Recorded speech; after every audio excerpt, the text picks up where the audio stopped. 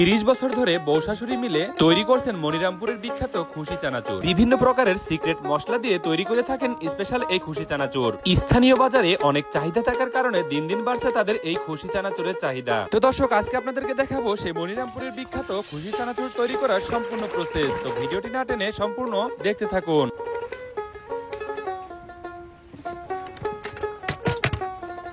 এটা কি ভাজা তৈরি করতেছেন খালা? চানাচুর। কি চানাচুর এগুলো? মুড়া চানাচুর, খুশি চানাচুর। আচ্ছা, কি কি দিচ্ছেন আপনারা এই যে চানাচুর তৈরি করতে? বেসন, ডালি বেসন। আর এটা কি? বিট লবণ, হলুদ।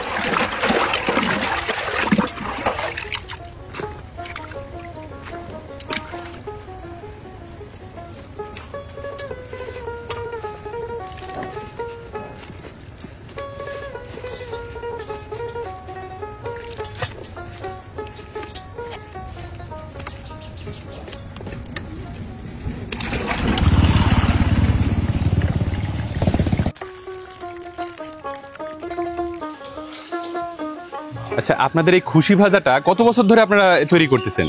ধরেন এক পুরুষ। এক পুরুষ? এক পুরুষ। এটা কি আপনার শ্বশুর শুরু করছিল? হ্যাঁ, আমার শ্বশুর শুরু করছিল। তারপর থেকে আপনাদের এই বংশ পরম্পরায় এটা চলে আসতেছে? হ্যাঁ হ্যাঁ। আচ্ছা বৌদি, আপনাদের এই যে খুশি ভাজাটা বাজারের চাহিদা কেমন? বাজারে চাহিদা হলো। অনেক চাহিদা? চাহিদা হলো।